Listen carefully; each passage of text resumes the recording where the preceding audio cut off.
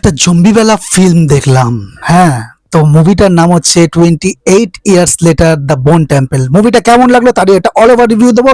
মুভিটা এখন হিন্দি ডাবটা পাওয়া যাচ্ছে। তো দিস ইজ জিসু, তোমরা হচ্ছে চলো রিভিউ করে চ্যানেলে তোমাদের সকলকে স্বাগত। যারা এখনো পর্যন্ত আমার চ্যানেলটাকে সাবস্ক্রাইব করে প্লিজ চ্যানেলটাকে সাবস্ক্রাইব করে পাশে থাকো, বেল আইকনটা প্রেস করে দিতে বলো না, যাতে নোটিফিকেশনটা উঠে যায়, তুমি সবার আগে আমার রিভিউগুলো দেখতে পারো। কথা হচ্ছে 28 years later the bone temple মুভিটাকে নিয়ে কেমন লাগলো। দেখো, এই যে মুভিটা কিন্তু গতানুগতিক কোনো জম্বি মুভি বলা যাচ্ছে না। ড্যানি বয়েল এবং অ্যালেক্স গার্ল্যান্ড যে কাল্ট ক্লাসিক লিগেসি শুরু করেছিলেন, তাকে নিও ডাকোস্তা একটা নতুন উচ্চতা নিয়ে গেছে বলবো। মুভিটি পরিচালনা করেছেন নিও ডিকোস্তা, চিত্রনাট্যে আছে অ্যালেক্স গার্ল্যান্ড, আর কাস্টে আছে র্যালফ ফিয়েনেস, জ্যাক ওকল্যান্ড, অ্যালফি উইলিয়ামস এবং সিলিয়ান মার্ফির মতো অভিনেতারা। মুভিটি গত বছরে 28 লেটার্স 22 মানে 2025 ঠিক পরের অংশ, যেখানে জম্বিদের ইনফেক্টেড মানে ওই মানুষের ভেতরে পশুত্ব এবং টিকে থাকার লড়াইকে কিন্তু একটু বেশি গুরুত্ব দেওয়া হয়েছে।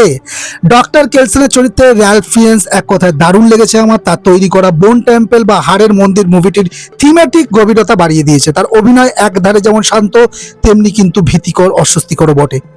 মুভিটি প্রমাণ করেছে যে মানুষের উন্মাদনা বা সাইকোলজিক্যাল হরর জম্বিদের কামড়ের থেকেও বেশি বিপজ্জনক হতে পারে।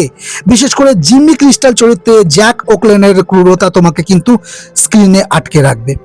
মূল ছবির নায়ক জিম, যেটা কিলিয়ান মার্ফি প্লে করছে, তো তার ছোট একটা রোলে ফিরে পাওয়া ভক্তদের জন্য কিন্তু একটা দারুণ নস্টালজিক গিফট হতে চলেছে।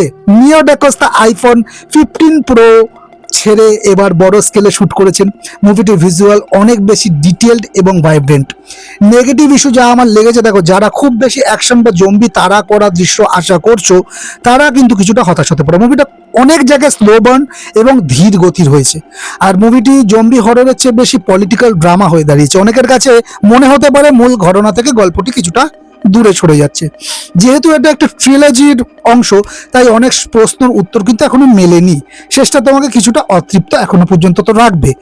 আর আমার ফাইনাল ভার্ডিক্ট যদি মুভিটাকে দিই, মুভিটা একটা স্টাইলিস্ট পোস্ট অ্যাপোক্যালিপটিক মাস্টারপিস বলবো। এটা কেবল ভয় দেখানোর জন্য নয়, বরং চিন্তা করার খোরাক দেয়। তুমি যদি একটু গভীর ঘরানার এবং শৈল্পিক হরর পছন্দ করো, তবে এটা কিন্তু তোমার মাছ বস লিস্টে থাকতে হবে বস। এই ছিল আমার 28 years later the bone temple মুভিটাকে নিয়ে অল ওভার রিভিউ। মুভিটাকে তোমার দারুণ লেগেছে। একটু পেশেন্স যদি ধরতে পারো, মুভিটা কিন্তু তোমাদের ভালো লাগবে। একটু স্লো পেসেছে, যেটা তোমাকে বললাম।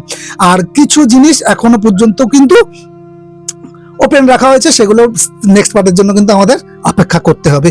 তো তোমাদের কেমন লেগেছে, যারা এখনো পর্যন্ত দেখা পর্যন্ত, তারা আমাকে কমেন্টের মাধ্যমে জানাতে পারো। আর এই ভিডিওতে যদি ভালো লাগে, একটা লাইক শেয়ার করে দাও। তোমার কাছে আমাদের সাথে চ্যানেলটাকে সাবস্ক্রাইব না করতে, চ্যানেলটাকে সাবস্ক্রাইব করে দাও। দেখা হচ্ছে নেক্সট ভিডিওতে, নেক্সট মুভি রিলেটেড বা সিরিজ রিলেটেড কোনো রিভিউ নিয়ে। তখন তোমরা ভালো থাকো, সুস্থ থাকো, দেখতে থাকো। চলো রিভিউ করি, টাটা।